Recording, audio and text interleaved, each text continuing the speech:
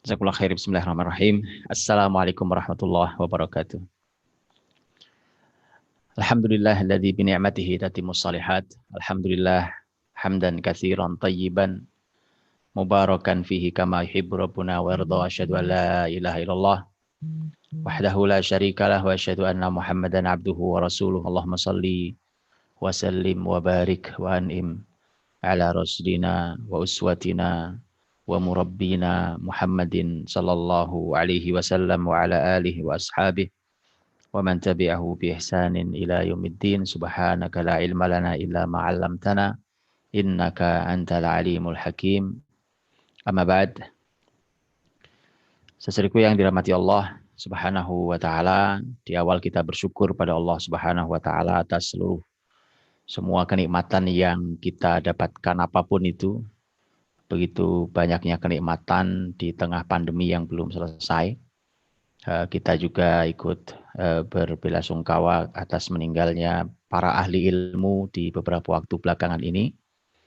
Yang meninggalnya para ahli ilmu adalah merupakan kesedihan di atas kesedihan, karena yang pergi bukan hanya manusianya, tapi yang pergi adalah ilmunya. Dan itulah yang luar biasa ketika bahkan umpamanya seorang sahabat Nabi yang para ahli Al-Quran itu ketika dimakamkan, kemudian sahabat lain mengatakan hari ini dimakamkan ilmu yang banyak. Dan mudah-mudahan Allah SWT memberikan kemuliaan bagi beliau dan memberikan ganti untuk umat ini, para ahli ilmu yang mukhlisin, al-amilin, al-ulama rabbaniyin insyaallah. Juga untuk saudariku yang dirahmati Allah SWT, semoga Allah menjaga kita semua dalam naungan, dalam lindungan, dalam bimbingan, dalam taufik dan rahmat Allah Subhanahu wa taala. Saudariku yang dirahmati Allah Subhanahu wa taala, jazakumullah khairan katsira untuk saudara-saudara saya yang ada di Masjid Al-Irsyad Surabaya yang memprakarsai acara mulia ini bersama kami di Madrasah Al-Fatih. Dan Masya Allah Masjid Al-Irsyad Surabaya menyampaikan niat baiknya untuk membantu pembangunan madrasah kami di Al-Fatih yang memang sedang dalam proses pembangunan untuk perluasan untuk jumlah santri yang sudah tidak bisa menampung. Maka akan nanti insya Allah kita akan membahasnya. Dan hari ini izinkan saya memulai, karena ini permulaan untuk pertemuan di tahun 2021 ini, juga permulaan untuk pertemuan kajian khusus kita ini. Dalam pertemuan-pertemuan kita nanti insya Allah di beberapa waktu ke depan. Karena hari ini kita memulai, maka saya ingin memulai dengan permulaan yang paling mulia. Dan tidak ada permulaan yang paling mulia melebihi Al-Fatihah. Al-Fatihah. Makanya kita tahu kata Al-Fath artinya membuka, pembukaan, muqaddimah. Al-Fatih, sang pembuka. Al-Fatihah, ada tak di belakangnya menunjukkan bahwa ini bukan sembarang pembuka, tapi ini pembuka yang agung dan besar. Makanya kita ingin mulai dengan pembuka yang terbesar ini, agar kita mendapatkan kebesaran dan tentu mendapatkan keberkahan untuk apapun yang kita akan pelajari nanti. Karena ilmu bukan masalah berapa banyak yang kita pelajari, bukan masalah berapa banyak yang kita hafal, tetapi mana ilmu yang bermanfaat, itulah yang paling penting dari ilmu yang kita pelajari. Karena kita diajari Nabi Shallallahu Alaihi Wasallam sebuah doa agar berlindung dari ilmu yang tidak bermanfaat. Allahumma inni a'udzubika min ilmin la yanfa.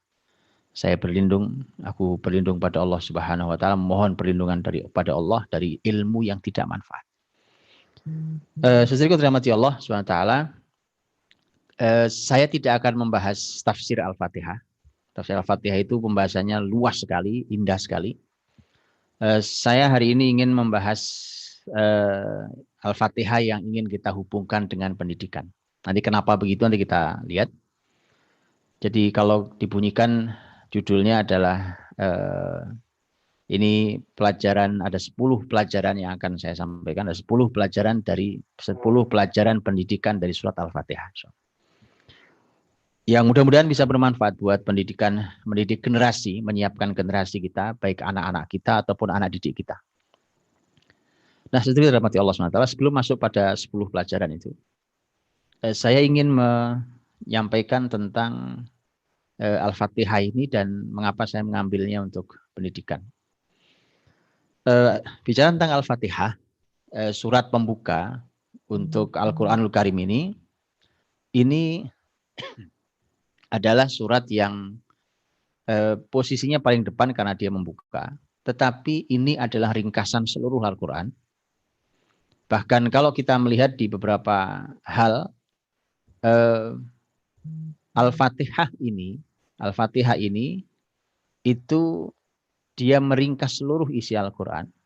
Ya, seluruh isi Al-Quran itu diringkas dalam Al-Fatihah. Jadi pembukaan yang isinya adalah ringkasan seluruh Al-Quran. Bisa bayangkan kita, 113 surat itu diringkas hanya dalam satu surat yang isinya hanya 7 ayat. Itu satu. Dan yang kedua adalah Al-Fatihah ini kalau kita sholat contohnya, lihat orang sholat contohnya. Kalau orang sholat, kemudian dia begitu sholat Allahu Akbar. Kemudian dia membaca dari mulai surat Al-Baqarah sampai surat An-Nas. Bayangkan panjangnya. Al-Baqarah sampai akhir Al-Quran, tapi tidak baca Al-Fatihah. Apa yang terjadi dengan sholatnya? Yang rajih adalah bahwa sholatnya tidak sah. Ya, sholat jumhur ulama mengatakan tidak sah sholatnya. Tapi sebaliknya, kalau dia membaca Al-Fatihah saja, ya Al-Fatihah saja di seluruh rakaatnya tanpa membaca surat apapun selain Al-Fatihah, maka sholatnya sah. Dan bisa dibayangkan betapa posisi Al-Fatihah itu luar biasa. Ada sekian banyak hadis Nabi Shallallahu Alaihi Wasallam yang menyampaikan tentang keistimewaan Al-Fatihah. Dan ini adalah satu-satunya surat yang dipuji langsung oleh Al-Quran. Yang disebut oleh Al-Quran sebagai sab'an minal mathani. Yaitu 7 yang berulang. Walaupun al-mathani maknanya dalam tafsir ada banyak, tapi di antara terjemahnya ada 7 yang berulang. Itu Al-Fatihah. Kemudian mengapa kita hubungkan hari ini dengan tema pendidikan? Karena hadirin dirahmati Allah SWT, Al-Quranul Karim ini diturunkan Allah kepada Nabi Muhammad SAW untuk menyelesaikan kejahiliahan di muka bumi. Di masa itu kejahiliahan di muka bumi rata. Yang membuat sebuah kejahiliahan rata adalah ketika kejahiliahan itu dilakukan oleh sistem. Karena kalau hanya individu-individu, dia tingkat kerusakannya ya levelnya level individu. Tapi kalau kerusakan itu, kejahiliahan itu sudah dipandu langsung oleh sistem, negara, imperium, dinasti, maka dia akan merata kejahilian itu. Di saat itu kejahilian itu merata di muka bumi, hanya sedikit segelintir orang dari ahlul kitab yang masih lurus dan baik. Sebesar itu tugasnya, maka kemudian Allah Subhanahu wa taala menurunkan Al-Quranul Karim ini kepada manusia paling mulia di muka bumi, yaitu Rasul Muhammad SAW. Dan Nabi Muhammad SAW mendidik para sahabatnya. Para sahabat-sahabat inilah yang nanti merupakan hasil didikan Rasul SAW. Itulah yang nanti bersama Nabi mendakwahkan cahaya Allah ini. Dan begitu Rasul wafat, maka merekalah yang meneruskan dan melebarkan penyebaran cahaya itu di berbagai permukaan bumi ini. Ini petanya. Dan begitu kita melihat Al-Quranul Karim, saya sudah pernah sampaikan di beberapa kajian saya, para ulama tafsir, para ulama Al-Quran mengatakan, Quran itu punya dua urutan. Urutan yang pertama disebut sebagai tartib nuzul. Tartib nuzul. Yaitu urutan turun. Urutan turun maknanya berarti yang pertama berarti surat Al-Alaq. Iqra bismi rabbikal ladzi khalaq. Ya, kemudian begitu seterusnya. Walaupun para ulama tidak sepakat semua urutannya, tetapi para ahli tafsir, para ahli ulumul Quran menyampaikan urutannya dengan perbedaan pendapat di antara mereka. Tapi surat Al-Alaq itu surat yang pertama turun. Menurut sebagian riwayat kemudian surat Al-Qalam, surat Al-Mudaththir, surat Al-Muzammil, kemudian surat Al-Fatihah. Jadi kalau menurut sebagian riwayat itu berarti Al-Fatihah itu urutan yang kelima. Tapi berhati-hati masih sangat awal. Dan menurut pendapat sebagian ulama lain, Al-Fatihah termasuk surat yang diturunkan 2 kali. Diulang. Jadi sekali waktu Nabi di Mekah, sekali waktu Nabi di Madinah. Ini menunjukkan betapa pentingnya. Baik. Kemudian yang kedua adalah namanya tartibul mushaf. Quran ini ada yang urutan turun, ada yang tartibul mushaf. Urutan mushaf. Mushaf itu Quran mushaf yang kita baca itu hari ini. Kalau urutan mushaf ini para ulama ada pembahasan, tentu ada pembahasan khusus, saya tidak bahas detailnya. Pembahasan tentang urutan surat dan urutan ayat dalam surat.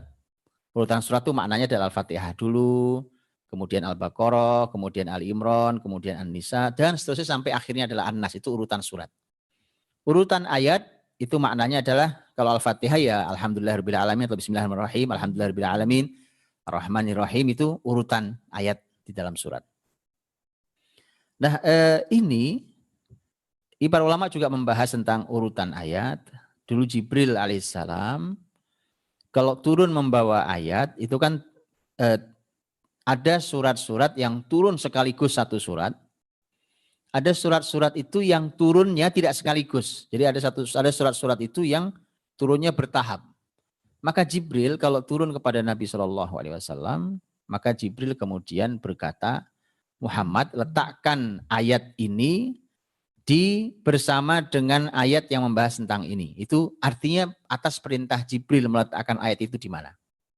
Berarti ya Jibril tidak mungkin mengarang. Itu artinya sesuai dengan petunjuk Allah Subhanahu wa taala. Menurut sebagian ulama bahwa urutan surat juga demikian.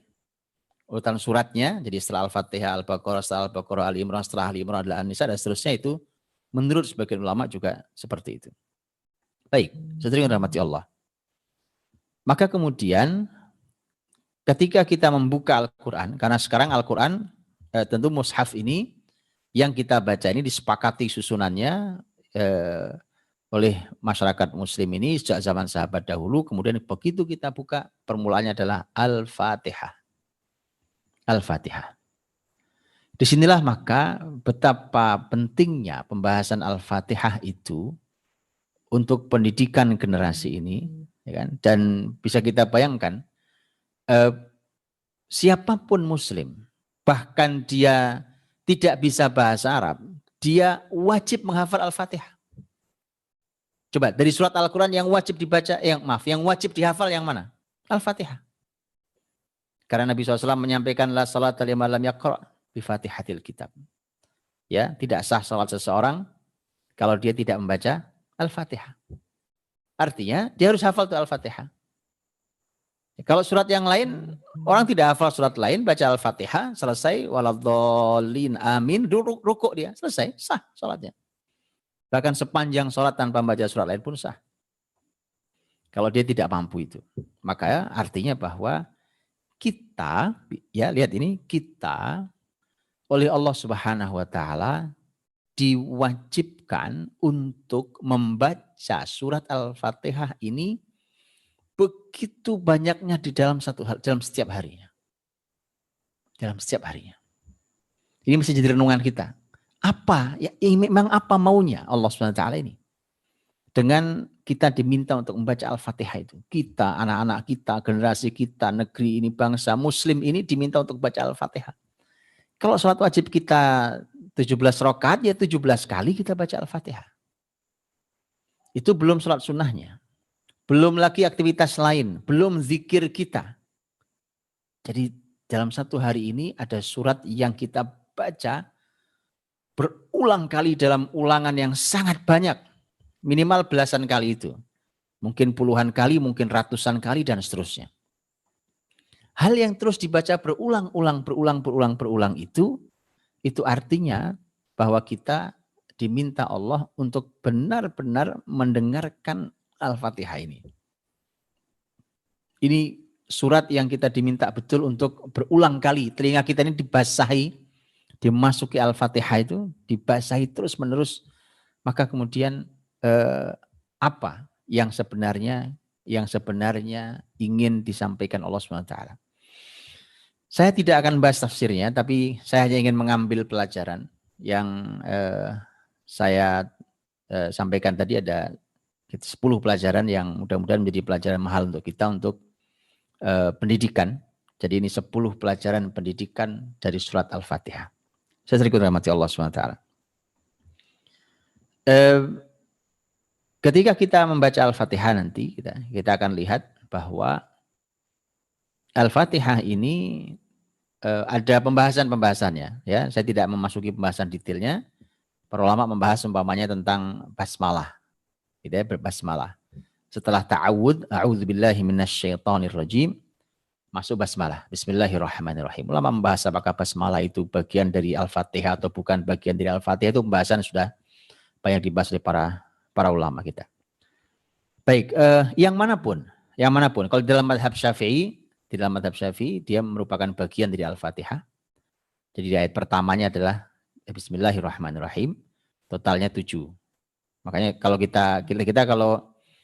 kita membaca mushaf kita, itu ayat satunya adalah Bismillahirrahmanirrahim. Walaupun jumhur ulama atau banyak ulama di dalam madhab Maliki, Hambali, dalam riwayat Hanafi, menyampaikan bahwa permulaannya Al-Fatihah itu bukan basmalah, tapi hamdalah. Alhamdulillahirabbil alamin. Tapi tetap 7 ayat. Gimana 7 ayatnya? Karena kita tahu di ayat yang terakhir itu dibagi 2. Siratal ladzina an'amta alaihim. Itu ayat 6. Ghairil maghdubi alaihim waladdallin. Itu ayat yang ke-7. Ya, itu strukturnya. Baik, sesuai dirahmati Allah Subhanahu wa taala. Kita bahas dari ayat yang pertama. Kita ambil 10 pelajaran saja, tentu ada banyak lagi pelajaran yang lain. Silakan Bapak Ibu dirahmati Allah mengambil pelajarannya tentang pendidikan generasi ini, karena pendidikan ini makin lama makin gersang dan melahirkan generasi-generasi yang materialistik, generasi-generasi yang kemudian kering karena material, karena kebendaan itu membuat orang berpikir pendek, berpikirnya kemudian hidupnya kering, tidak membahagiakan, dan akhirnya pun dunia juga tidak didapatkan dengan maksimal. Kasihan generasi ini. Ketika saya pernah menyaksikan satu tayangan ini meliput beberapa temanya tentang masalah bahayanya khamr, gitu ya. Bahayanya khamr, minuman keras yang memabukkan. Itu liputannya di Inggris. Ya, ada liputan di Inggris. Itu acara Timur Tengah, televisi Timur Tengah. Kemudian diliput di sana, bahkan sampai ke Amerika liputannya. Yang mereka, bahkan para ahli kesehatan, para ahli mereka itu mulai mengkhawatirkan tentang banyaknya mereka yang mabuk, dan itu merusak kehidupan mereka. Bahkan kemudian ditunjukkan ada area, satu wilayah yang ditulisi bahwa wilayah ini seseorang dilarang mabuk di sini. Jadi mereka sudah seperti itu. Bayangkan ketika mereka sudah mulai lelah dampak dari kemaksiatan itu, tiba-tiba negeri muslim seperti kita itu mulai berani menunjukkan, mereka-mereka yang rusak di media sosial itu mulai berani menunjukkan tentang khamr itu dan perilaku mabuk mereka. Kasihan generasi ini. Ya. Maka kemudian yuk kita kembalikan tuh bagaimana Al-Fatihah ini sebagai pembuka Al-Qur'anul Karim itu merupakan ruh dari Al-Qur'an, dan Al-Qur'an ini kan merupakan kurikulum pendidikan utama dalam Islam. Ya kan? Bahkan satu-satunya di zaman Nabi SAW. Dan itu yang utama melahirkan generasi terbaik, itu generasi sahabat. Dan pembukanya, ringkasannya, utamanya ada di Al-Fatihah ini. Ini di kurikulum Al-Quran itu ternyata ketika Al-Fatihah adalah yang paling utama, paling depan, ringkasan utama di sana. Maka kemudian itu artinya dia merupakan ringkasan kurikulum pendidikan generasi ini. Baik. Yang pertama adalah kita mengambil dari Bismillahirrahmanirrahim. Bismillah dengan menyebut nama Allah, Ar-Rahman, Ar-Rahman, Ar-Rahim. Ar-Rahman yang Maha Rahman, Maha Rahim. Pelajaran mahal di sini, bahwa ternyata kita harus memulai pendidikan ini dengan nama Allah SWT. Kita mulai dengan Allah pendidikan ini. Ya, Bismillah, kita mulai dengan Allah. Maka dari itu, ini sama, lihat ya, ini persis sama. Quran berdasarkan urutan mushaf dan Quran berdasarkan urutan turun, lihat ini, ternyata sama ruhnya, yaitu berdasarkan urutan turun, Iqra bismi rabbikal ladzi khalaq. Bacalah, ini ilmu. Bacalah dengan nama Rabbmu yang menciptakan. Lihat ya, Iqra itu membaca dan itu ilmu.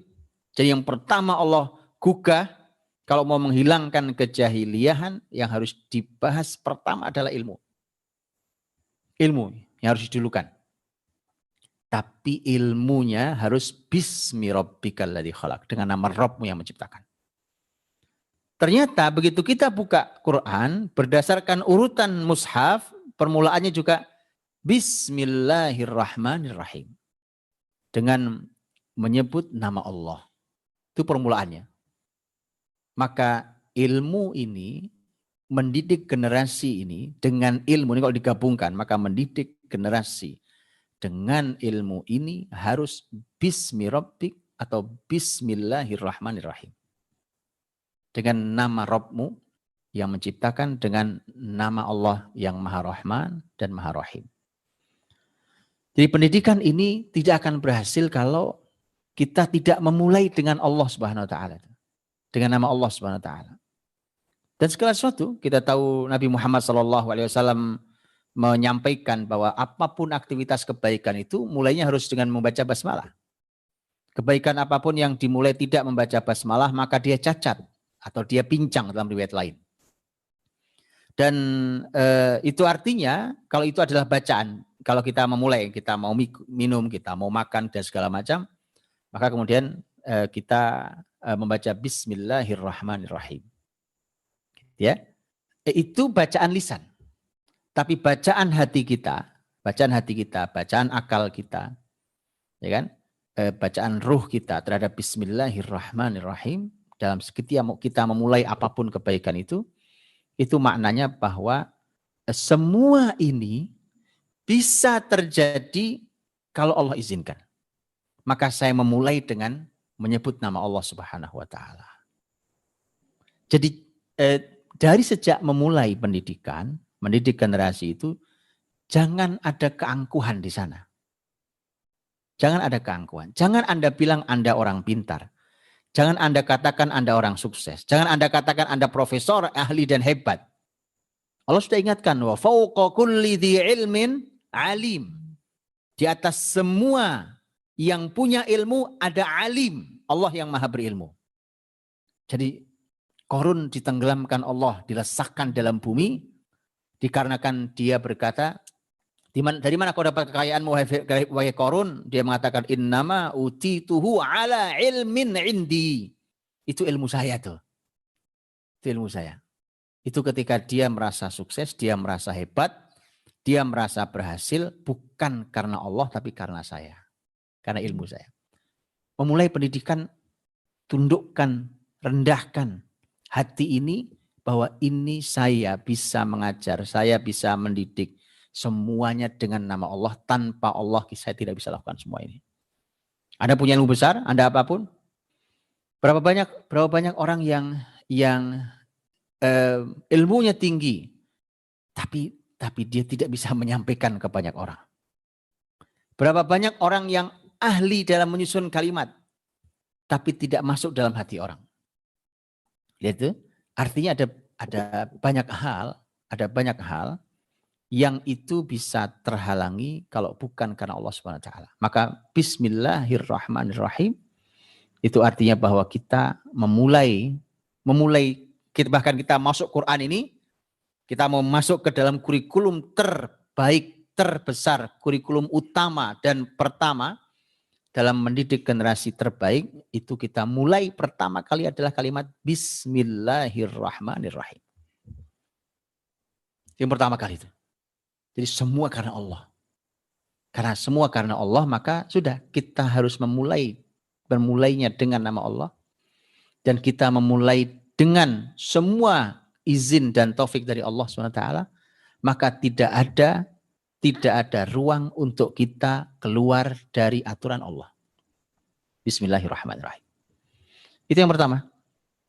Dan maka kita sebagai pendidik, dari mulai diri kita sampai apa yang mau kita ajarkan, semuanya harus dalam lingkup bismillahirrahmanirrahim atau bismirabbikaladzi khalaq.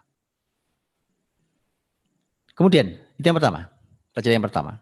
Pelajaran yang kedua adalah bahwa di dalam bismillahirrahmanirrahim, ternyata disitulah kita dikenalkan dulu tentang Allah sebelum dikenalkan yang lain. Jadi kalau kita mau tanya tentang apa yang harus kita kenalkan dulu kepada generasi kita, kenalkan tentang Allah SWT. Itu yang duluan tuh. Kita belum diajari apapun. Begitu baru mulai langsung bismillahirrahmanirrahim. Ya, dengan menyebut nama Allah. Kenalkan dulu Allah. Orang-orang akan bertanya, Allah, siapa Allah itu? Allah punya asmaul husna, punya nama-nama yang baik, yang dengan nama-nama baik itu Allah memperkenalkan dirinya. Karena siapa Allah? Orang musyrik dulu bertanya, orang Quraisy, siapa Allah itu? Ternyata Ar-Rahman Ar-Rahim. Ini luar biasa nih. Dari innalillahi tis'atan wa tis'ina isman, Allah punya 99 nama, kata Nabi SAW. Dari 99 nama itu, Allah ternyata yang pertama Allah kenalkan adalah nama Ar-Rahman Ar-Rahim. Agar kenali dulu Allah yang benar, mengenalinya yang benar. Di antaranya ini, bahwa yang pertama kita kenalkan tentang Allah pada generasi muslim ini, bahwa Allah itu kita kenalkan sebagai Rahman dan Rahim. Rahman dan Rahim punya akar kata yang sama. Itu akar katanya adalah rahmat. Rahmat arti kasih sayang. Jadi Allah itu harus dikenalkan di generasi kita, sebagai rahmat. Ya, sebagai rahmat. Jadi Allah yang penuh dengan kasih sayang. Sebelum nanti Allah punya nama yang lain. Quran sendiri menyampaikan, Allah itu ya Al-Qahhar, Al-Jabbar, Syadidul Iqab, ya kan? Allah itu yang memaksa, yang maha keras siksanya. Ya, tapi itu nanti. Yang pertama dan utama dikenalkan. Kenalkan Allah dengan rahmaniyahnya dan rahimiyahnya. Bismillahirrahmanirrahim. Itu pertama, bahwa generasi kita, baik itu masih anak-anak yang baru mulai belajar, atau siapapun, bahkan orang yang sudah tua tapi baru belajar Islam, dia harus kenal Allah dulu. Masalah di kita adalah pendidikan ini mereka sudah kenal siapa saja, kenal apa saja, mengerti berbagai macam ilmu, tapi belum kenal Allah. Itulah masalah generasi kita. Dan itu yang terjadi. Kemudian akhirnya kita bisa melihat. Bahkan Muslim, ilmuwan Muslim itu bisa tidak percaya diri dengan Allahnya. Saya kasih contoh nanti ya. Contoh umpamanya, ini gara-gara tidak mengenal Allah SWT. Tidak mengenal ajaran Islam ini. Contoh umpamanya, nanti ayat berikutnya, Alhamdulillahi Rabbil Alamin. Segala puji bagi Allah, Rabb al-Alamin. Allah itu Rabbul Alamin. Ya kan? Al-Alamin. Itu sejalan karena Allah itu Rabbul Alamin. Dan itu yang memberikan kita petunjuk Quran ini. Itu Rabb kita. Dan Allah menyatakan dirinya Rabbul Alamin. Nabi Muhammad diutus sebagai rahmatan lil alamin. Sama kan? Sama. Kalau yang mengutus Rabbul Alamin. Maka yang diutus Nabi Muhammad itu harus menjadi kasih sayang bagi seluruh alam. Coba saya ulang itu. Lihat ya. Bismillahirrahmanirrahim. Yang dikenalkan adalah rahmat Allah dengan sifat Rahman dan dengan nama Rahman dan nama Rahim. Rahmat tuh, kasih sayang. Kemudian Allah menyebut dirinya Rabbul Alamin. Rabbnya seluruh alam. Seluruh alam itu maknanya bukan manusia saja. Apalagi bukan muslim saja. Ya, untuk semua. Ya manusia, ya jin, ya seluruh semesta ini Rabbul Alamin. Karena yang diutus Allah langsung sebagai Rabb yang penuh kasih dan dia Rabbul Alamin, maka manusia yang diutus yaitu Rasul Muhammad SAW pun rahmatan lil alamin. Penuh kasih untuk seluruh alam. Karenanya ini yang sering saya sampaikan. Kita ini suka kontradiksi kalimat kita itu sekarang juga. Gitu ya. Saya suka dengar umpamanya orang bicara bahwa target dari kegiatan kita ini adalah kegiatan yang bisa menjadi rahmatan lil alamin. Gitu ya. Ini kegiatan Islam umpamanya. Tapi nanti begitu dia sudah mulai bicara tentang konsep Islam itu, kemudian tiba-tiba dia merasa tidak percaya diri. Kemudian dia batasi bahwa ya ini kan Islam, maka berarti ini untuk muslimin. Kenapa? Islam ini adalah kasih untuk seluruh alam. Maka kalau Islam ini kasih untuk seluruh alam, maka artinya Islam sanggup berbicara dengan muslimin. Islam sanggup berdialog dengan siapapun non-muslim. Mau apapun agama mereka. Islam membenahi muslimin, Islam membenahi non-muslim. Tapi kemudian kita tidak percaya. Makanya saya kasih contoh umpamanya. Jujur, amanah, ya kan? Senyum, rendah hati, tawadhu. Itu kan sesungguhnya tidak perlu agama, bukan? Oh iya, seluruh agama akan senang kalau jujur. Seluruh bangsa senang kalau orang amanah. Dan Islam punya konsep dalam hal itu. Nah kita, di pendidikan kita ini, kok jangankan kita ingin mengajari agama lain untuk amanah dengan cara Islam. Wong kita bahkan belum berhasil mengajarkan amanah ke dalam tubuh muslimin. Jadi PR pendidikan kita besar sekali. Baik ya, jadi jelas ya ini bahwa Allah yang Rahman Rahim, artinya rahmat. Dan dia Rabbul Alamin, mengutus Nabi Muhammad yang rahmat untuk al-alamin. Rahmatan lil alamin. Jadi pahami betul di balik kata rahmatan lil alamin, bahwa Islam ini bahkan sangat ditunggu ajarannya, sangat ditunggu kurikulum pendidikannya sampai oleh non-muslim. Catat itu baik-baik. Ya, ditunggu sampai oleh non-muslim. Jadi kalau kita masih merasa ya ini kan Islam Pak, Islam ini untuk muslimin, atau umpamanya begini contohnya. Seringkali kita merasa kesempitan dengan baju Islam. Itu sering sekali. Dengan baju Islam itu kita merasa sempit. Umpamanya ini kan negeri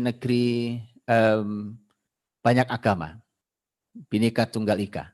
Bersatu, berbeda-beda tapi bersatu. Kemudian akhirnya ya kita harus menghargai semua. Ya, semua itu sudah ada dalam Islam. Karena kita tidak memahami dalam ajaran Islam, maka kita menduga kalau Islam itu sempit hanya untuk Islam, padahal sering sekali keluar dari lisan kita kata rahmatan lil alamin. Berarti kita tidak paham apa sebenarnya rahmatan lil alamin itu. Oke ya, jadi kenali dulu Allah. Kenali dulu Allah. Di dalam Al-Fatihah tadi, itu Allah mengenalkan dirinya. Dari mulai Bismillahirrahmanirrahim. Siapa Allah? Allah Ar-Rahman, Ar-Rahim. Itu pembahasan sendiri. Allah siapa? Rabbul Alamin. Rabbul Alamin. Masya Allah. Rabb itu yang mendidik, kata Rabb dari kata tarbiyah. Para ulama mengatakan. Yang memperbaiki, yang mengatur, yang memiliki, yang menciptakan. Kata Rabbul Alamin. Ya, nanti Ar-Rahmanir-Rahim, Maliki Yaumiddin. Allah juga Maliki Yaumiddin. Allah Raja sekaligus pemilik Yaumiddin, pada hari pembalasan nanti. Jadi kenali Allah dulu. Jadi ayat ini dari awal sampai akhir dimulai dengan menyebut nama Allah, maka sampai nanti ujungnya adalah bagaimana kita sebagai manusia bersikap, itu semua pusarannya adalah Allah Subhanahu wa taala. Pendidikan ini gagal kalau generasi ini belum mengenal Allah Subhanahu wa taala. Baik. Itu dua tuh. Yang ketiga. Ini perlu kita ambil menjadi sebuah pelajaran mahal untuk pendidikan. Yaitu kita harus selalu merasakan nikmat Allah yang melimpah untuk kita. Yang dari merasakan nikmat Allah yang melimpah untuk kita itu akan lahir syukur. Akan lahir syukur. Lihat Luqmanul Hakim. Kita kalau bicara tentang pendidikan dalam Quran, saya sering kali ini saya kalau mengisi kajian umum, tentang pendidikan anak, gitu ya, atau tentang keluarga. Kemudian sebelum dimulai ada yang baca Quran. Itu sering banget yang baca Quran itu selalu baca Luqman. Kan itu jelas tergambar bagaimana Luqman menasihati anaknya. Coba lihat, perhatikan ayat yang 12. Permulaan Luqman menasihati. Ya, bagaimana Allah memberikan kepada Luqman. Apa yang diberikan? Walaqad ataina Luqmanal hikmata anishkur lillah. Kami berikan pada Luqman hikmah. Ini poin besar. Ketika kalau kita mau menjadi orang yang berhasil dalam mendidik, Allah telah memberikan potret orang luar biasa, itu Luqman. Maka disebut Al-Hakim karena punya hikmah. Kalau kita mau berhasil di dalam menasihati, yang nasihat itu mampu mengubah siapapun yang kita didik, maka yang harus kita miliki adalah hikmah. Ketika ilmu tidak cukup untuk menasihati, ilmu tidak cukup untuk mendidik, karenanya ilmu harus segera berubah menjadi hikmah. Bagaimana ilmu berubah menjadi hikmah itu pembahasan sendiri. Setelah itu apa? Anishkur lillah. Supaya bersyukurlah kamu pada Allah. Jadi nasihat belum mulai. Nasihat mulai ayat 13. Tapi ayat 12 Allah ingin menyampaikan ini loh yang dimiliki Luqman. Sampai dia berhak menjadi contoh dalam menasihati anaknya. Dan berhasil dalam mendidik anaknya. Baru nanti isi nasihat itu. Terus ayat 13, 14 dan seterusnya sampai ayat 19. Dan artinya bahwa tema hikmah, tema syukur itu diletakkan di depan. Dua hal itu. Hikmah, syukur. Allah Subhanahu wa taala tadi sama dalam surat Al-Fatihah, ketika kita sudah mengenali Allah, Bismillahirrahmanirrahim, ya, maka ayat berikutnya Alhamdulillahirabbil alamin. Coba kata hamdalah, segala puji bagi Allah, kapan kita ucapkan biasanya? Alhamdulillah. Kapan biasanya kita ucapkan? Kita ucapkan ketika kita dapat nikmat. Jadi rasakan kenikmatan Allah. Masa pandemi ini adalah masa yang paling tepat untuk kita menguji rasa ini. Ya, sulit, masalah, terbatas, ya, segala macam itu, kesedihan segala macam. Masih mampukah kita merasakan kenikmatan Allah melimpah dalam hidup kita? Masih mampukah itu? Itu luar biasa itu. Orang-orang beriman, Masya Allah, itu selalu merasakan nikmat Allah itu melimpah. Dan Allah sampaikan, mau apapun keadaan kalian, wa in ta'uddu ni'matallahi la tuhsuha. Kalau kalian menghitung nikmat Allah, kalian tidak akan bisa menghitung nikmat Allah itu. Karenanya hadirin dirahmati Allah SWT, maka kita mendidik itu sebagai pendidik atau sebagai orang tua, itu hidup kita ini harus penuh rasa syukur. Karena kalau orang bersyukur itu lapang hatinya. Lapang hatinya. Orang bersyukur, lihat. Orang bersyukur itu lapang, nyaman hatinya. Dan itu pula yang harus kita masukkan pada generasi kita. Bahwa mereka adalah generasi yang harus pandai merasakan nikmat Allah sehingga mereka bersyukur. Dan ini ya ini akan menghilangkan sifat asli, sifat buruk manusia berupa keluh kesah. Allah berfirman, innal insana khuliqa halu'a idza massahu syarru jazu'a wa idza massahul khairu manu'a. Gitu ya? Bahwa manusia itu begitu karakternya. Karakternya itu berkeluh kesah, ya serba salah, sikapnya itu selalu gitu. Itu baru hilang, nanti bisa dilihat di ayat setelahnya, illal musallin, dan seterusnya itu. Itu akan hilang kalau orang mendekat ke agama. Lakukan berbagai macam hal yang disebutkan di ayat setelahnya. Maka generasi mudah mengeluh, ya kan? Tidak pandai bersyukur.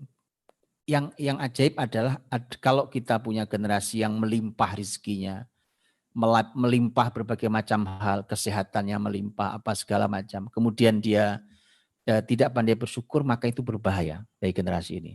Kalau dalam keadaan lapang saja tidak bersyukur, maka bagaimana ketika nanti dalam keadaan sempit? Padahal orang-orang yang beriman dengan iman yang tinggi itu, dia bahkan mampu mengucap hamdalah saat dalam keadaan sulit.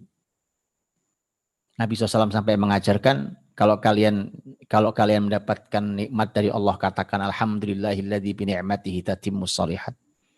Kalau kalian dapat kesulitan, maka ucapkanlah alhamdulillahi ala kulli hal. Segala puji bagi Allah apapun keadaan kita hari ini. Itu artinya bahwa kita bahkan diajari untuk masih mampu mengucap hamdalah bahkan dalam keadaan sulit. Nah, itu pendidikan generasi yang tidak sederhana itu. Kalau seperti itu keadaannya, Masya Allah, tabarakallah. Ya, itu pendidikan luar biasa. Jadi selalu merasakan nikmat Allah. Sehingga kemudian nanti yang muncul adalah hamdalah. Alhamdulillah, alhamdulillah. Alhamdulillahirabbil alamin. Lapang ya. Nanti kalau lapang hatinya, didik generasi gampang. Yang lapang hatinya. Dan lihat contoh Rasul kita Muhammad SAW. Keadaan itu sulit. Tapi Nabi harus mendidik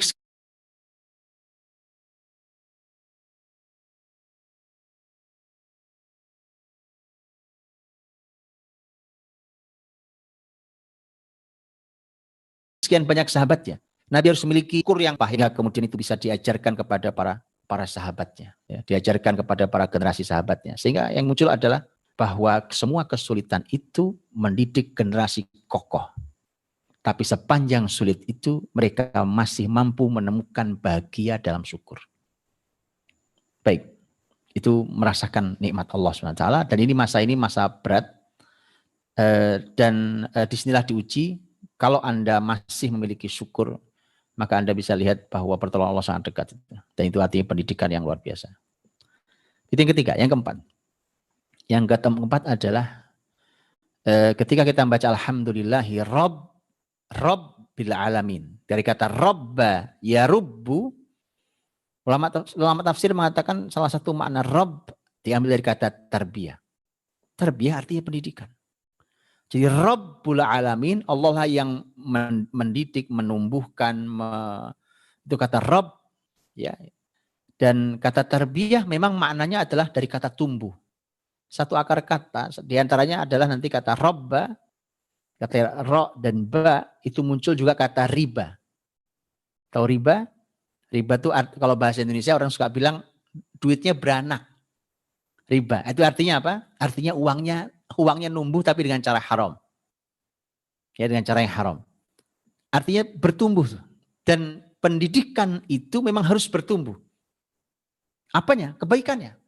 Jadi kalau kita didik generasi tapi kemudian generasi nggak bertumbuh, nah ini salah nih pendidikannya. Kemarin begini, sekian lama yang lalu begini, kok sekarang masih begini juga? Nah, itu ada yang salah. Ya, dia berproses iya, tapi harus ada pertumbuhan. Maka ini pelajaran yang keempat ini adalah kita harus mengambil ruh pendidikan itu langsung dari Rabbil Alamin. Karena dialah yang Rabbul Alamin. Ya, di Allah Subhanahu Wa Taala yang Rabbul Alamin. Semua yang ada ini semesta ini semua dalam aturan Allah Subhanahu Wa Taala. Maka pendidikan kita harus clear, harus fix bahwa dia diambil dari Rabbul Alamin.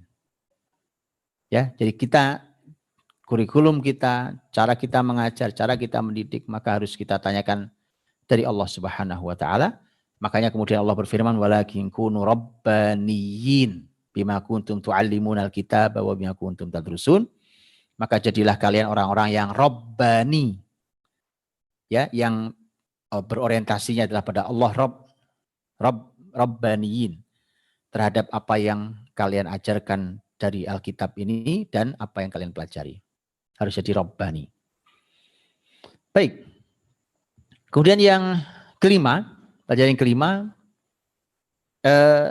tadi sudah ya bicara tentang bermula dengan Allah, kita kenalkan Allah, kemudian kita merasakan nikmat Allah yang melimpah, kita ambil pendidikan ini semuanya dari Rabbul Alamin. Kemudian ternyata isinya apa tuh?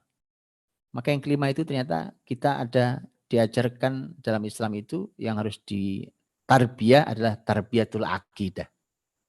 Nah, tarbiyatul akidah itu ya kita tahu di sana ada Ar-Rahmanir Rahim, ada Maliki Yaumiddin, ya Maliki Yaumiddin, kata Malik itu ada dua cara membacanya. Ada Maliki Yaumiddin, ada Maliki Yaumiddin. Memnya panjang dan pendek. Itu maknanya berbeda. Kalau Malik yang pendek, Maliki Yaumiddin. Kalau kita di Indonesia bacanya Maliki Yaumiddin. Kalau Maliki Yaumiddin, yang Malik yang pendek maknanya raja. Kalau Malik maknanya adalah yang memiliki. Itu artinya saling melengkapi. Mengapa? Karena yang memiliki belum tentu raja dan sebagian raja tidak memiliki. Betul tidak? Orang yang memiliki belum tentu raja. Betul ya? Kita memiliki, tapi kita belum tentu raja. Tapi sebagian raja dia tidak bisa memiliki. Ada keterbatasan juga, apalagi raja-raja yang lemah. Dia raja tapi tidak memiliki. Maka Allah ingin pastikan bahwa Allah adalah raja dan Allah juga yang memiliki. Nanti pada Yaumiddin, pada hari pembalasan. Itu artinya kita bicara tentang iman bil yaumil akhir. Ya, tentang masalah al-jaza, tentang pembalasan atas amal kita dan seterusnya. Maka ada tarbiyatul akidah. Ada pendidikan akidah. Generasi kita, saya sudah sering sampaikan nasihat luar biasa Nabi SAW kepada anak kecil, yaitu yang kelak menjadi orang besar, luar biasa, Abdullah bin Abbas. Nasihat pertamanya apa? Tentang Allah, akidah. Ihfadillah yahfadka, jagalah Allah, Allah menjagamu. Ihfadillah tajidhu tujahaka, jagalah Allah, kau jumpai Allah ada di hadapanmu. Wa idza sa'alta fas'alillah, kau minta sama Allah. Wa idza sta'anta fas'in billah, kalau kau minta tolongnya sama Allah. Coba lihat, akidah. Kokoh sekali itu generasi. Itu anak SD.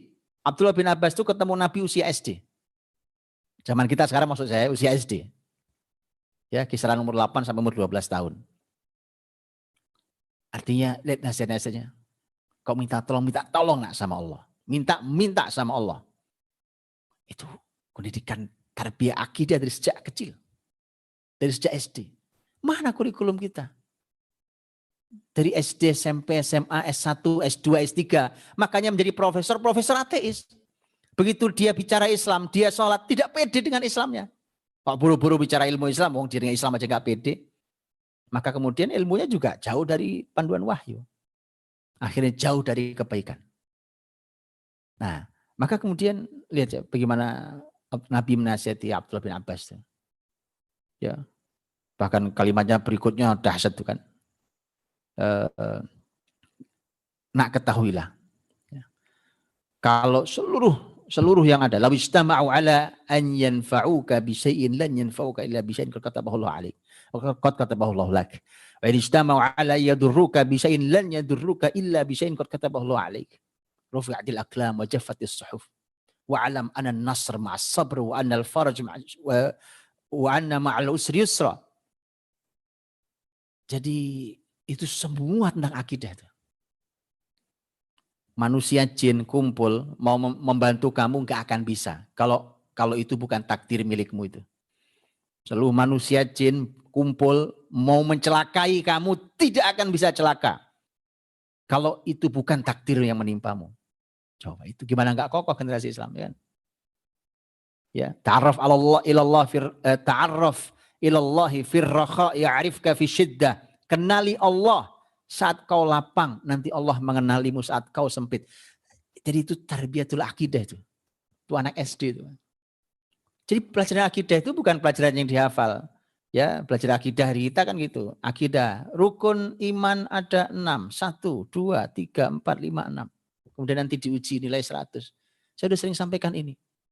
Bukan itu. Tapi lihat nih bagaimana begitu dalamnya Nabi menanam akidah itu. Sehingga nanti ketika mereka tumbuh itu, mereka punya akidah yang sangat kokoh.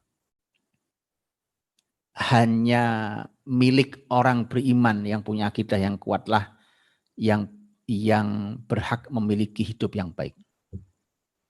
Hanya mereka yang beriman yang berhak untuk hidup dalam keadaan baik. Baik.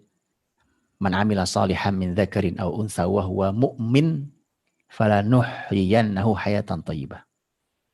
Yang beramal soleh baik laki ataupun perempuan dan dia beriman, maka kami berikan kehidupan yang baik. Kehidupan yang baik. Nah, yang kedua adalah tarbiyatul ibadah. Akidah dibangun, ibadahnya dibiasakan sampai dia dinikmati, menjadi khusyuk ibadahnya. Ini pendidikan nih. Ya kan, pendidikan. Makanya ketika sholat itu merupakan panduan pertama di akhirat nanti menjadi pertanggungjawaban pertama. Awwal ma yuhasabu bihil abdu yaumal qiyamah shalah. Yang pertama dihisab, amal kita dihitung pertama adalah sholat kita. Benar apa enggak benar? Bagus atau tidak bagus? Maka kemudian itu pula yang pertama diajarkan dalam Islam di dunia ini. Dalam urusan ibadah itu. Nabi SAW mengatakan, muru auladakum bis salati wa hum abna' sab'i sinin. Perintahkan anakmu salat umur 7 tahun dan seterusnya. Seperti yang sudah kita sering bahas. Jadi itu tarbiyatul ibadah. Lihat Quran, lihat di surah Al-Fatihah itu. Ya. Iyyaka na'bud. Hanya kepadamu ya Allah kami beribadah. Itu generasi dibangun peribadatannya, ya kan? Dari mulai mereka belajar untuk beribadah sampai mereka menikmati ibadah itu, sampai mereka mendawamkan, merutinkan kenikmatan itu sampai kemudian mereka bisa berlama-lama karena mereka menikmatinya. Di proses terus dijalani seperti itu. Dan tarbiyatul ibadah, mendidik ibadah di generasi kita ini, generasi kita harus diperhatikan betul. Kalau kita mau berhasil, ya, maka perhatikan itu semua.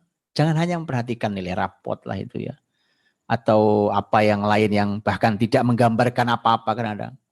Kemudian kita gelisah pada hal-hal yang itu sebenarnya masih bisa kita tuh, itu nggak ada masalah, nggak terlalu masalah itu. Masalah utama tidak pernah kita tanyakan. Masalah utama tidak pernah kita perhatikan.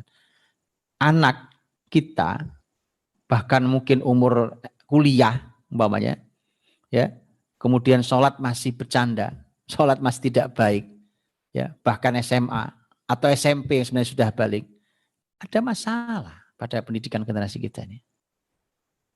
Ada masalah. Tarbiyatul ibadah. Bagaimana dia mau menikmati ibadahnya? Ya.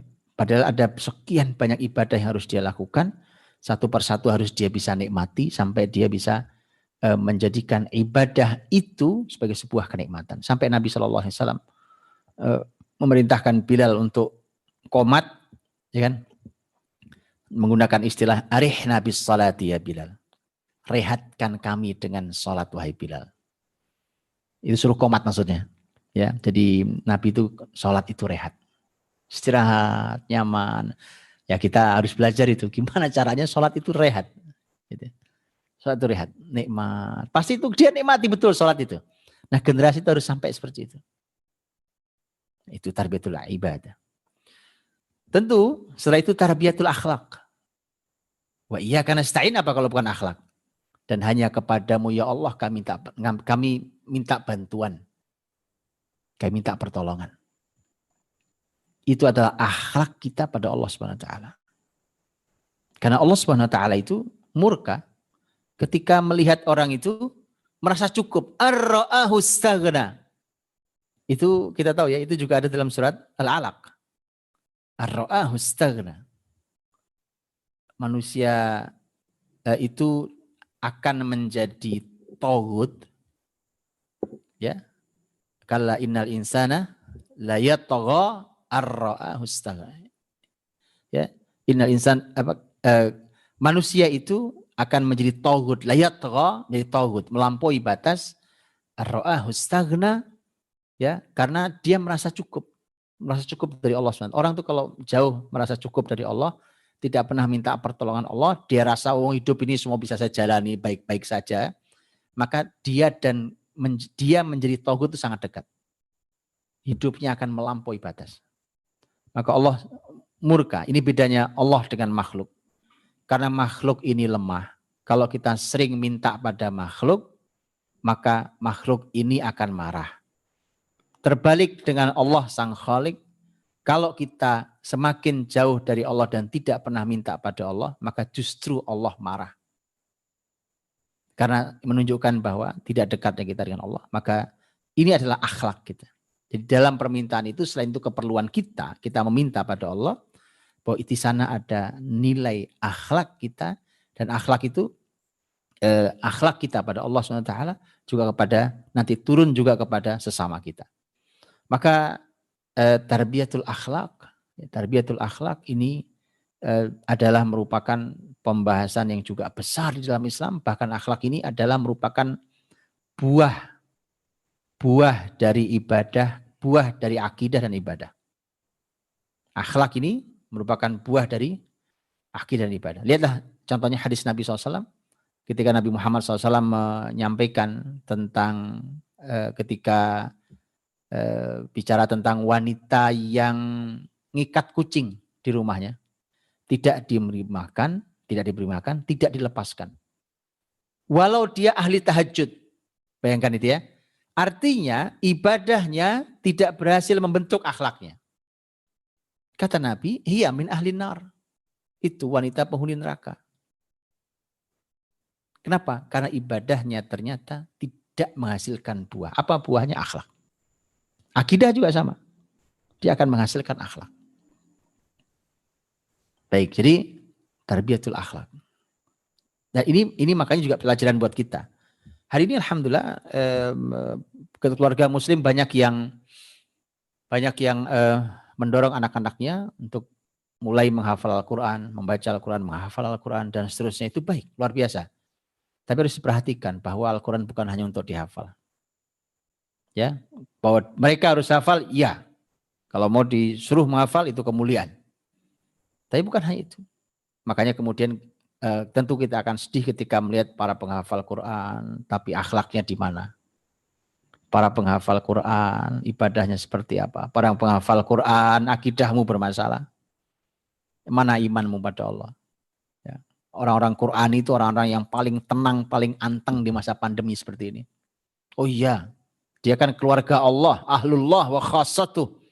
Keluarganya Allah dan orang-orang khususnya Allah. Paling tenang. Maka kalau orang-orang Quran, para penghafal Quran itu di masa pandemi ikut panik juga, itulah masalahnya. Tidak ada masalah dengan pendidikan ini. Ya, baik. Itu yang ketujuh. Sedikit lagi. Iyyaka na'budu wa iyyaka nasta'in. Sampai ihdinas siratal mustaqim. Ya Allah, tetapkan kami di atas hidayah jalan yang lurus, as-siratal mustaqim. Berarti ada tema doa. Ada tema doa. Itu jelas kita disuruh berdoa, ya, dan Allah mengabulkan doa hamba-hamba yang beriman. Maka ini pelajaran yang ke-8 adalah doa di sepanjang jalan pendidikan. Gak bisa, kita ini tidak bisa, kita ini dengan seluruh kemampuan kita kerahkan untuk didik anak kita sendiri umpamanya, gitu ya. Apakah hasilnya selalu seperti kita harapkan? Belum tentu. Makanya ada doa di sana. Berdoalah pada Allah, mintalah pada Allah untuk dibantu, untuk ditutupi kekurangan kita, dan agar kemudian hasilnya seperti yang kita harapkan atau bahkan lebih dari yang kita duga. Maka doa Masya Allah, karena ini doa ini punya kekuatan yang dahsyat dan bahkan dia menyelesaikan yang tidak mampu diselesaikan oleh kecerdasan akal dan kekuatan fisik. Itu doa. Semua manusia berkata mustahil. Kalau kita berdoa dan Allah kabulkan doa itu, tidak ada yang sulit bagi Allah untuk mengabulkannya. Allah bahkan menciptakan akibat tanpa sebab. Kalau manusia harus menghadirkan sebab untuk mendapatkan akibat. Kalau saya ingin pinter, itu akibat, maka saya harus belajar, itu sebabnya. Sebab saya belajar, maka saya pintar. Gitu kan? Sebab saya rajin mencari uang, saya kaya raya, umpamanya. Itu sebab akibat. Tapi Allah yang menciptakan semua, termasuk yang menciptakan sebab dan akibat. Maka Allah ingin tunjukkan, bahkan seluruh manusia mengatakan Zakaria dan istrinya mustahil punya anak. Kalau Allah katakan punya anak, itu masih lumayan, ada suami istri. Lah Maryam, suaminya tidak ada. Kan untuk lahir anak, kan harus laki dan perempuan. Itu kan ilmu manusia, harus ada sebab untuk muncul akibat. Tapi Allah menghadirkan akibat tanpa adanya sebab. Allah Maha Kuasa. Makanya berdoalah pada Allah. Kita kurang, kita jauh dari sempurna. Sebagai orang tua, sebagai pendidik, maka berdoa pada Allah SWT. Ihdinas siratal mustaqim. Bayangkan, ada berapa banyak doa dalam Quran, nanti silakan dikumpulkan ya, berapa banyak doa dalam Quran. Ini doa pertama yang Allah kenalkan. Betul ya? Ini doa pertama, makanya perhatikan betul. Bahwa ternyata doa pertama dan utama yang harus kita minta dalam hidup kita adalah ketika kita selalu diberi hidayah di atas jalan yang lurus. Itu doa pertama dan utama. Sebelum kita minta yang lain. Baik. Kemudian ini yang ke-9. Yang ke-9 adalah hasil dari tarbiyah. Hasil pendidikan ini, Pak. Pendidikan ini. Ini Allah sampaikan ada 3 jenis manusia. Orang kalau sudah ya dalam proses hidup tuh ternyata ada 3 jenis manusia. Yang pertama adalah alladzina an'amta alaihim, orang yang kau diberikan nikmat. Yang kedua adalah al-maghdubi alaihim, yang dimurkai Allah. Yang ketiga adalah ad-dhalin, mereka yang sesat. 1 yang mendapat nikmat, 2 yang dimurkai, 3 yang sesat. Dalam proses hidup manusia ini ujungnya cuma 3 ini. Manusia itu berapapun jumlah miliarnya hari ini manusia, ini hasil 3 ini. Pendidikan kita ini 3. Perhatikan betul nih. Bedanya apa? Ini bedanya, lihat. Imam Ibnu Katsir dalam tafsirnya menyampaikan hal yang luar biasa. Kalimatnya lihat.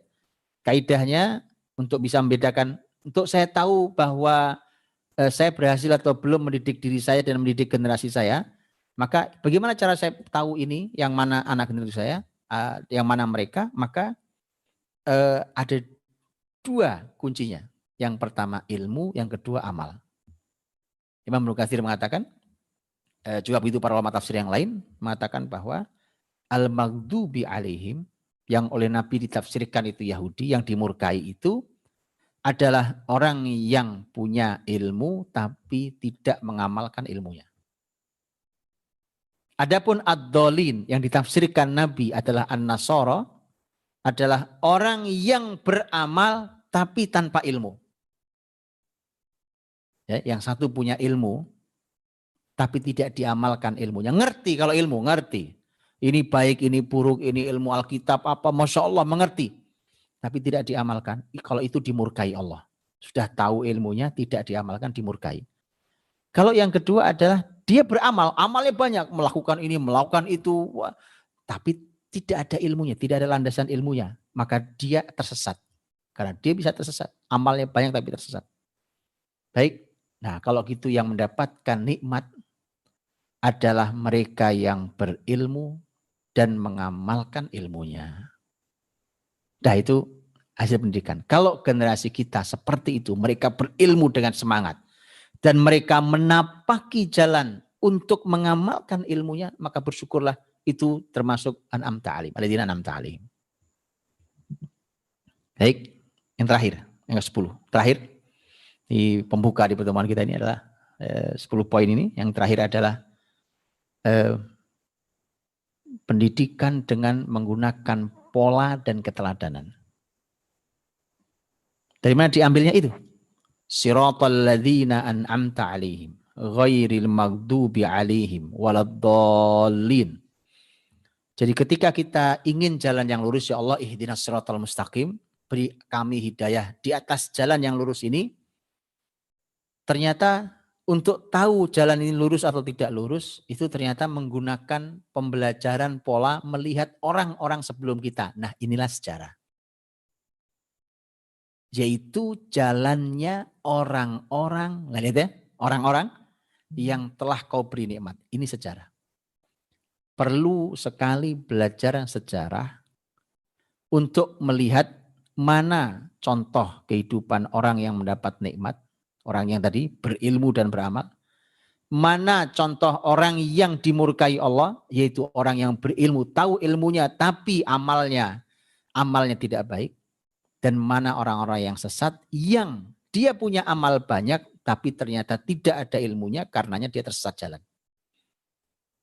3 hal itu dipelajari dengan cara membaca sejarah. Makanya tidak aneh kalau Al-Quranul Karim lebih dari sepertiganya adalah sejarah.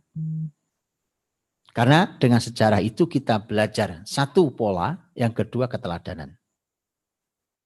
Belajar pola dan belajar keteladanan. Belajar pola artinya sunatullah. Ya, Nabi Muhammad SAW umpamanya ketika kepalanya Abu Jahal berhasil dipenggal, dihadirkan di hadapan Nabi, Nabi berkata, Allahu Akbar, hadza fir'aunu hadhil ummah.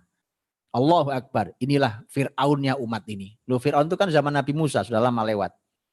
Tapi kemudian ternyata tadi, bicara tentang umat terdahulu, ya Fir'aun itu ada, zaman Nabi juga ada Fir'aun, cuma namanya Abu Jahal.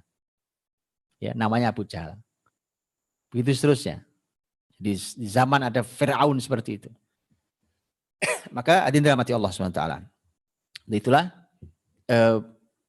mendidik, terutama nanti ketika anak-anak kita memasuki usia balik.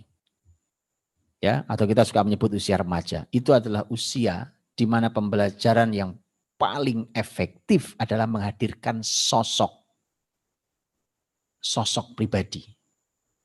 Ya, yang di sana dia mengagumi, di sana dia meneladani. Maka tergantung siapa yang dia kagumi, maka akan menjadi seperti itulah generasi kita. Ini pentingnya menghadirkan sosok itu. Ya, dan Abdullah bin Mas'ud radhiyallahu anhu mengatakan bahwa kalau kalian harus mengikuti jalan hidup seseorang, maka ikuti yang sudah meninggal. Karena yang hidup belum aman fitnah. Ya, ini enak, kita punya sejarah Islam yang luar biasa. Ya, dan mari kita buka sejarah itu karena itu menjadi kurikulum yang sangat besar.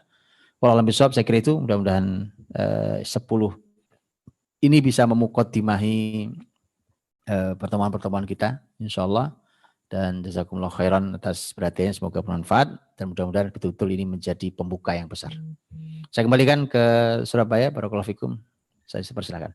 Ya, jazakumullah khairan Ustadz Budi Asari LC dan Bapak Ibu, karena ini adalah pembukaan dari program terbaru yang insya Allah nanti akan berlanjut selama kurang lebih 1 tahun di Masjid Al-Irsyad Surabaya tentunya. 2 jam bersama Ustadz Budi Asari yang Masya Allah tadi pembukaannya dibuka dengan pembukaan yang paling mulia Al-Fatihah dengan 10 pelajaran tadi untuk pendidikan. Nanti juga di edisi-edisi berikutnya, bulan-bulan yang akan datang akan tidak jauh dari sini, pendidikan, sejarah, dan juga apa yang berhubungan dengan tadabbur dari Al-Quran.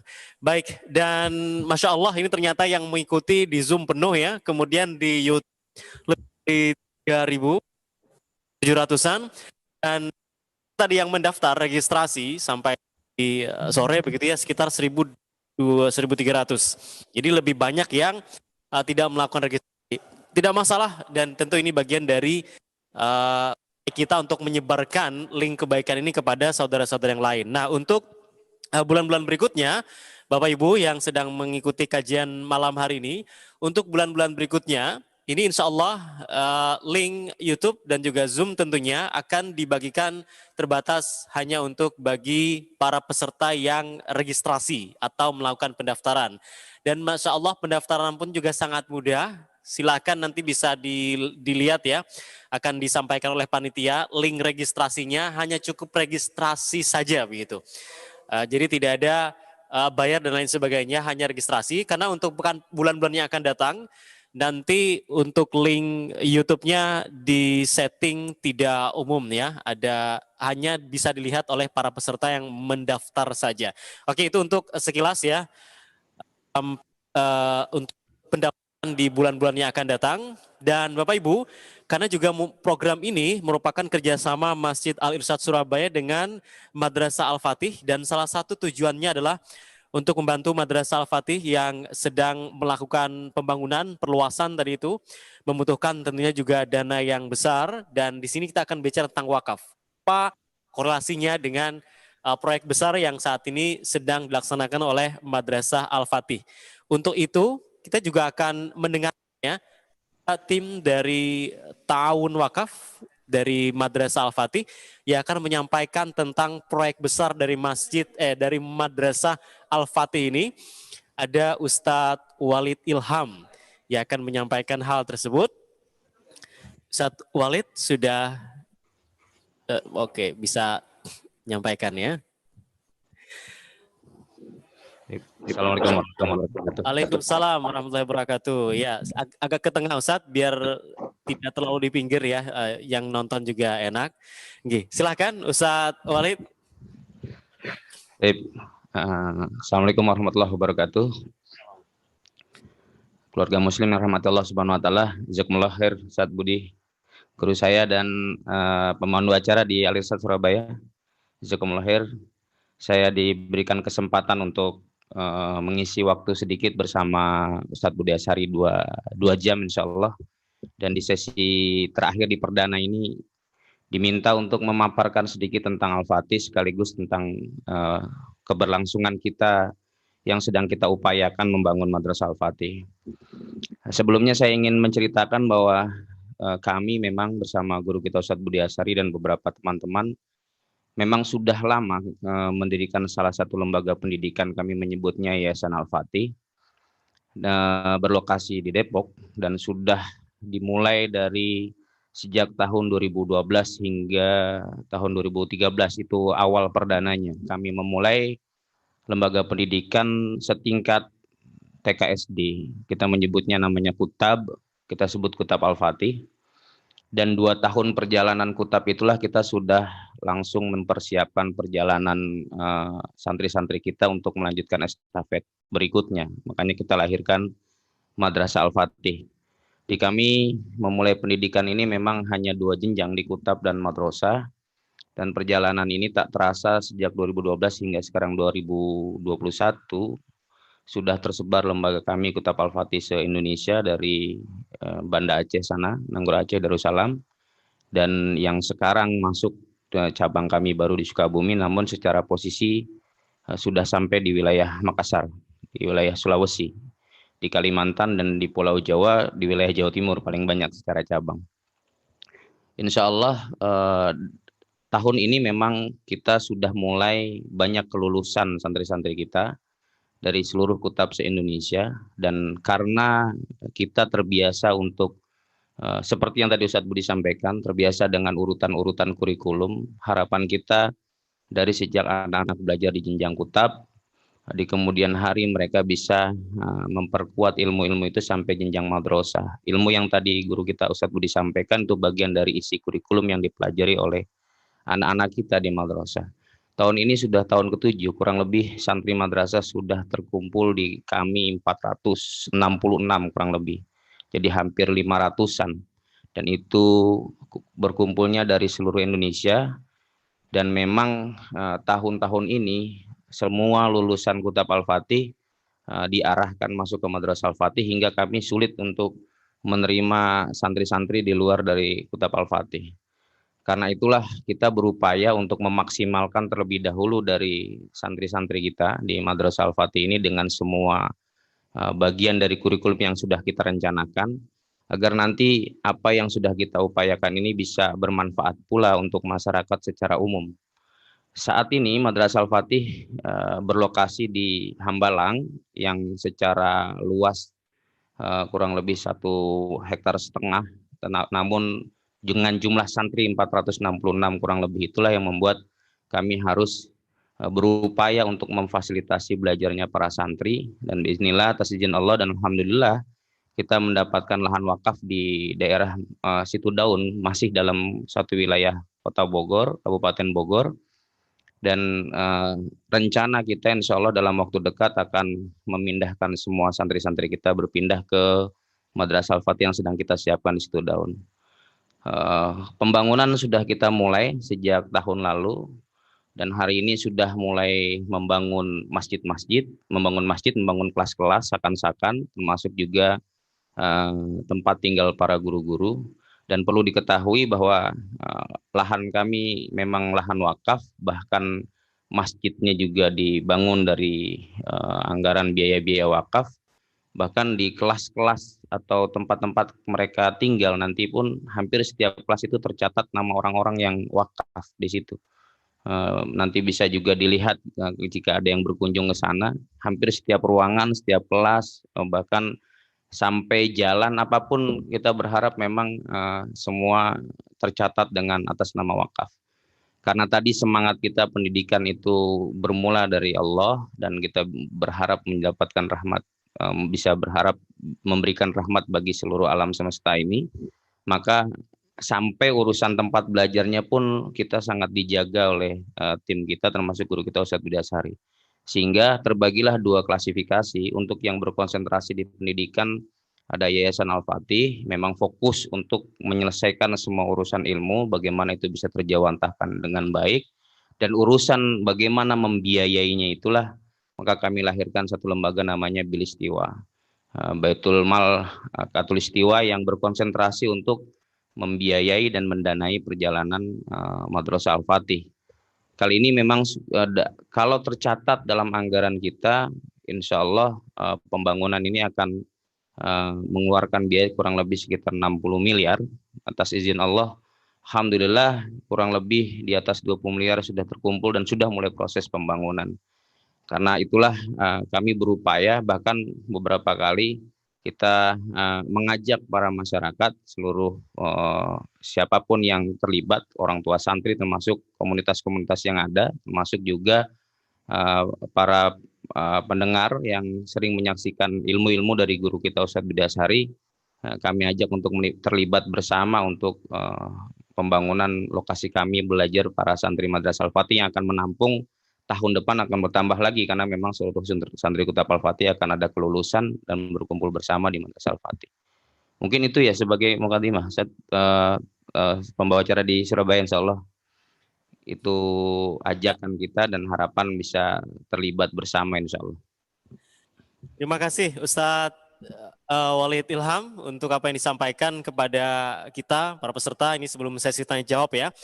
Ada sekitar kurang lebih 60 miliar kebutuhan pengembangan Madrasah Al-Fatih, dan tadi saat ini progresnya kurang lebih 20 miliar. Dan ini juga informasi dari Masjid Al-Irsyad Surabaya.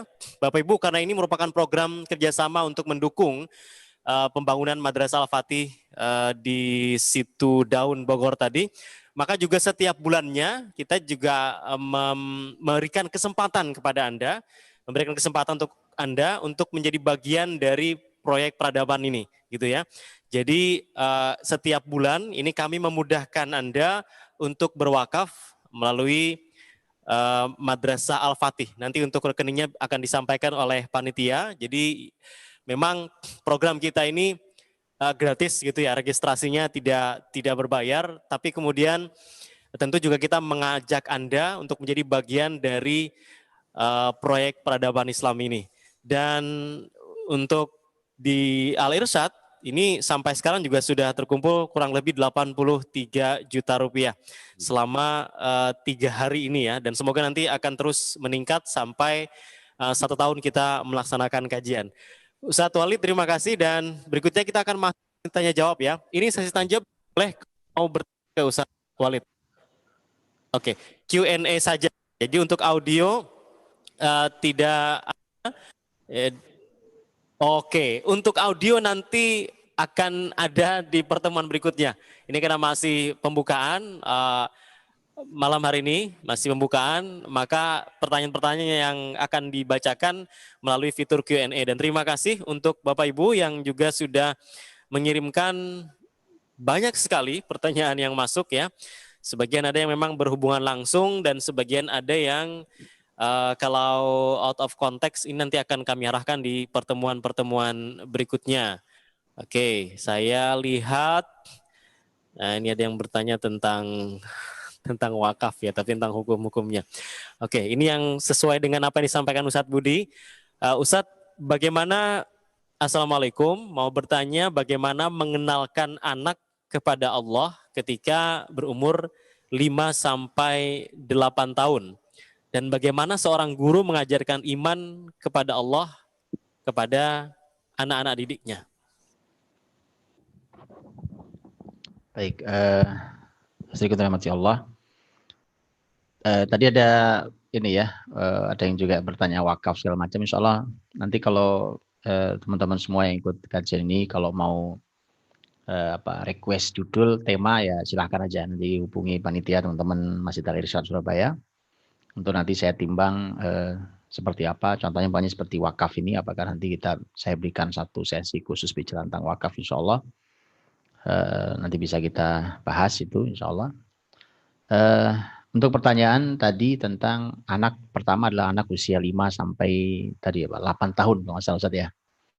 5 sampai 8 tahun. Begini, mengajarkan sesuatu itu juga harus ditimbang yang sedang kita ajarnya usia berapa. Tidak sulit memahaminya. Ini ilmu gampang ya. Kalau kita ini belajarnya pakai wahyu, insya Allah gampang ilmunya, mudah sekali. Memang kalau belajarnya pakai ilmu yang rumit itu hari ini ya itu memang bukan dari ilmu wahyu. Ilmu wahyu itu gampang. Bagaimana saya tahu bahwa anak di umur berapa itu seperti apa, sehingga saya nanti masuk mengajarkannya seperti apa. Itu mudah sekali. Itu pembagiannya mudah. Ya kapan-kapan boleh juga nanti kita bahas ya. Kita bahas detail secara lebih detail urutan insya Allah. Sekali lagi yang mau nanti mesan tema, request tema ya silahkan nanti. Insya Allah kita pertimbang. Bagaimana mengenalkan Allah di usia 5 sampai 8? Usia 5 sampai usia 8. 5 itu kan sesungguhnya ya menjelang 5 atau 6 gitu, 5 atau 6 artinya batasnya begini. Batas angkanya adalah 7. Ini ke 5 sampai 8 ini batas angka 7. 7 itu adalah angka usia yang disebut Nabi langsung yang disuruh sholat itu. Ketika disuruh sholat, ya anak memang belum balik, tapi anak sudah tamyiz. Apa tamyiz itu? Jadi gampang nih. Kalau anak umur 7 berarti sudah tamyiz. Apa tamyiz itu? Tamyiz itu artinya dia mampu yumayyiz. Tamyiz itu memilah. Memilih. Dia tahu tuh, sudah tahu. Ini kanan, ini kiri, ini panas, ini dingin, ini bahaya buat saya, ini tidak masalah, ini manfaat buat saya. Dia mulai bisa memilah-milah itu. Oke, sudah mulai mengerti memilah. Memang belum balik, maka kemudian artinya akalnya sudah mulai bisa memilah mana yang maslahat, mana yang mudarat, mana yang baik, mana yang buruk, mulai. Ya baru mulai. Di saat itulah dikenalkan ini loh baik, yaitu sholat namanya. Itu 7 itu batasnya. Ke 8 ke arah ke atas artinya tamyiznya makin naik, berarti makin mendekat kepada balik, tapi masih usia tamyiz. Ke bawah 7 ke bawah berarti 6, 5, tadi pertanyaan dari 5 ya. 6, 5 itu berarti dia masih masa menjelang tamyiz, masih masa kanak-kanak akhir istilahnya. Dia sudah kanak-kanak akhir, masih usia anak-anak, yang kalau usia anak-anak itu dia sangat luar biasa di dalam meniru. Kenapa? Karena dia belum punya modal untuk menganalisa, belum punya modal untuk, kan masih meniru. Tapi kalau sudah usia tamyiz, 7 itu dia mulai berpikir. Makanya dia sudah mulai bisa memilah. Karena mikir dia. Oh ini begini, ini begini. Maka dia mulai membandingkan. Membandingkan ini dengan membandingkan ini. Dan seterusnya. Dari situlah kemudian kita bisa masuk tuh cara mengenalkan Allah. Gimana caranya? Sesuai dengan karakter usia itu. Maka kalau yang meniru, tahu meniru ya. Kalau kita niru ya perbuatan kita ditiru, ucapan kita ditiru. Makanya banyak kita mengenalkan Allah, maka dengan cara ditalaki. Ini di usia mereka meniru, usia 5, usia 6 itu ditalaki. Tahu talaki ya?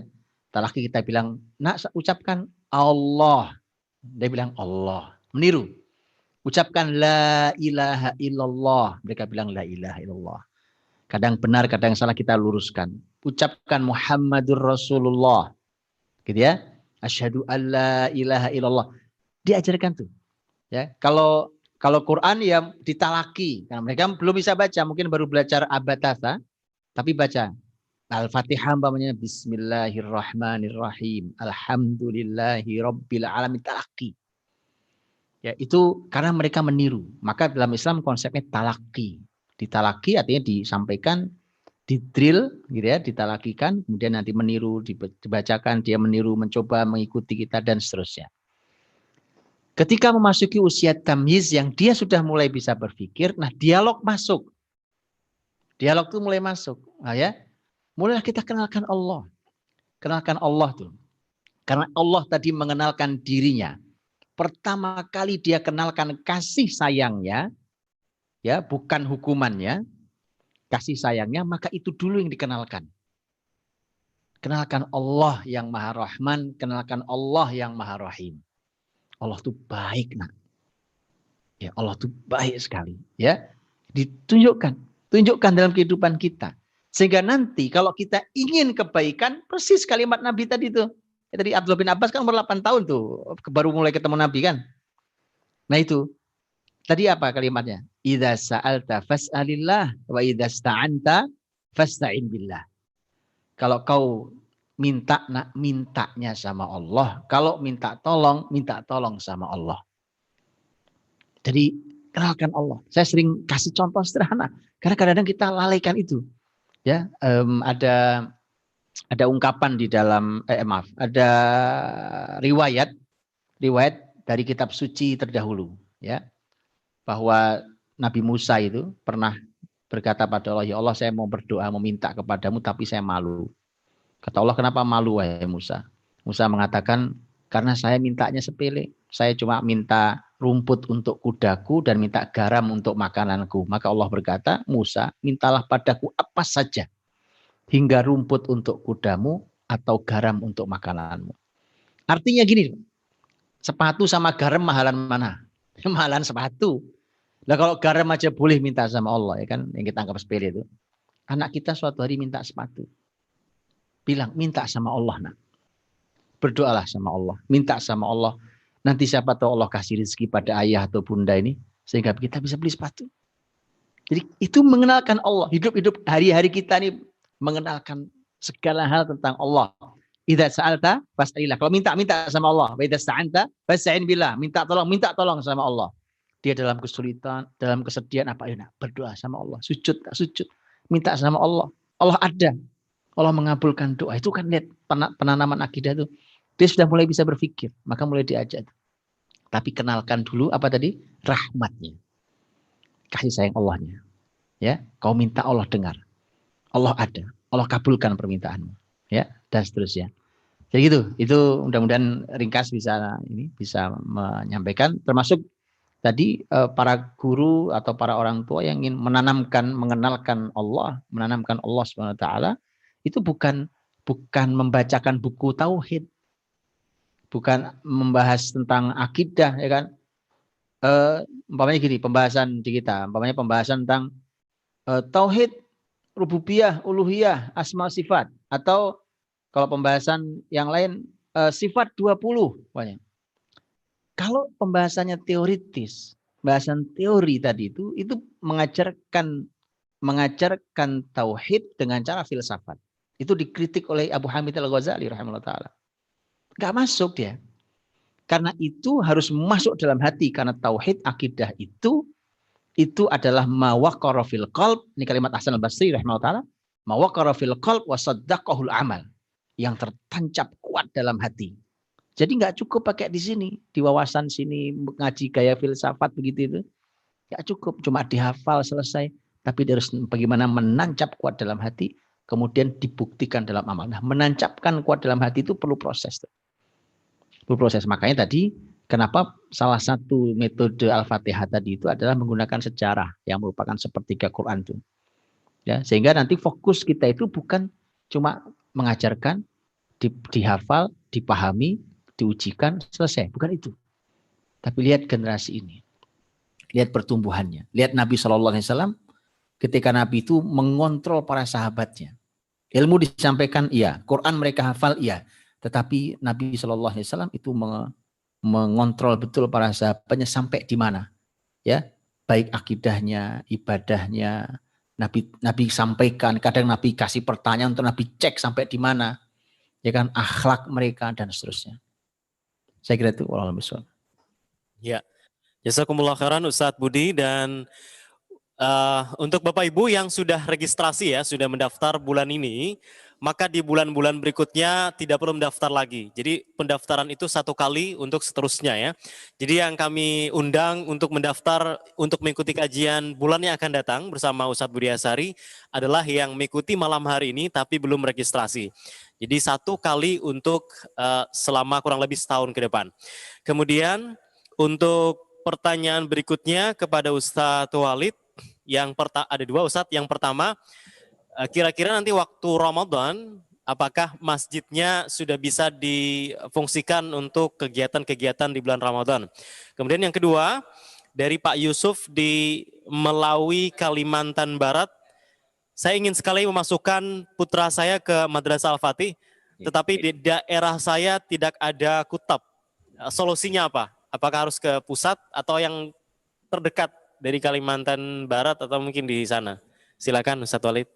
Ya, yang pertama tentang masjid di Situ Daun, kita terbiasa pakai urutan. Memang guru kita bilang apapun yang kita lakukan bermulalah pada satu poros yang terbaik, yakni masjid. Termasuk ketika kita membangun Madrasah Situ Daun, yang paling pertama kali Ustadz Budi cari adalah di mana titik masjid didirikan.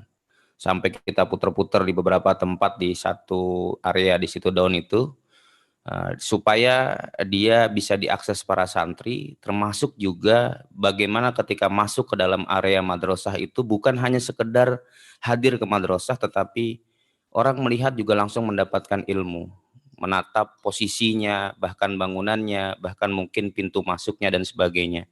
Begitu pula tentang semangat kita masjid itu sendiri. Karena kita sadar bahwa kita tidak bisa meminta dengan kemampuan kita selain meminta pada Allah Subhanahu wa taala, dan kita terbiasa meminta itu di waktu-waktu yang istimewa. Salah satunya adalah di bulan Ramadan.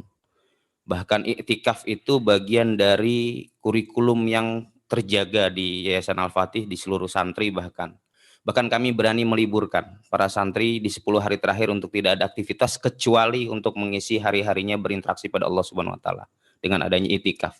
Karena itulah semangat kita memang Ramadan ini kita akan beritikaf di Masjid Al-Fatih, Madrasah Al-Fatih Situ Daun insya Allah. Maka doakan dan terus berikan support pada kita semua. Karena memang secara tempat sudah mulai terbuka, waktu itu juga kita sudah memberikan pertemuan. Insya Allah kita akan menuju kelayakan di Ramadan ini, dan itu menjadi pembuka pertama. Waktu kita di Hambalang pun pembuka pertama kami itikaf. Begitu pula ini, karena kita ingin memindahkan santri kita, maka kita akan mulai dari iktikaf insya Allah. Mohon doa dan mohon dukungan insya Allah. Lalu yang kedua tentang santri di salah satu wilayah. Ini memang salah satu upaya kita insya Allah. Karena tadi kurikulum ini perlu dengan pengkajian, bahkan perlu dengan praktek di lapangan. Tetapi kita tidak menutup bagi siapapun yang ingin mempelajari kurikulum-kurikulum kita. Upaya-upaya untuk membuka dimanapun kita buka di setiap tahunnya. Tetapi setiap bertumbuh kita punya syarat-syarat yang harapannya adalah kita menuju pada hal-hal yang diinginkan dalam dunia pendidikan ini menurut panduan Islam itu. Kalau Kalimantan Barat berkenan membuka, insya Allah juga kita akan mudahkan dengan berbagai macam proses gitu. Nah, bagaimana kalau tidak ada? Kurikulum ini bisa diakses dimanapun, bisa belajar, bahkan bisa dikunjungi di kutab-kutab yang kami sudah ada. Silakan bertanya kepada kutab-kutab yang terdekat, boleh mempelajari kepada mereka insya Allah. Bagaimana juga dengan kurikulum kalau memang harus dilakukan di rumah. Tidak sedikit banyak orang tua sekolah-sekolah yang sifatnya belajar di rumah atau homeschooling dan sebagainya, mereka belajar ke kita. Bahkan mereka berani langsung bertanya kepada para orang tua yang anaknya belajar di Kutab Al-Fatih.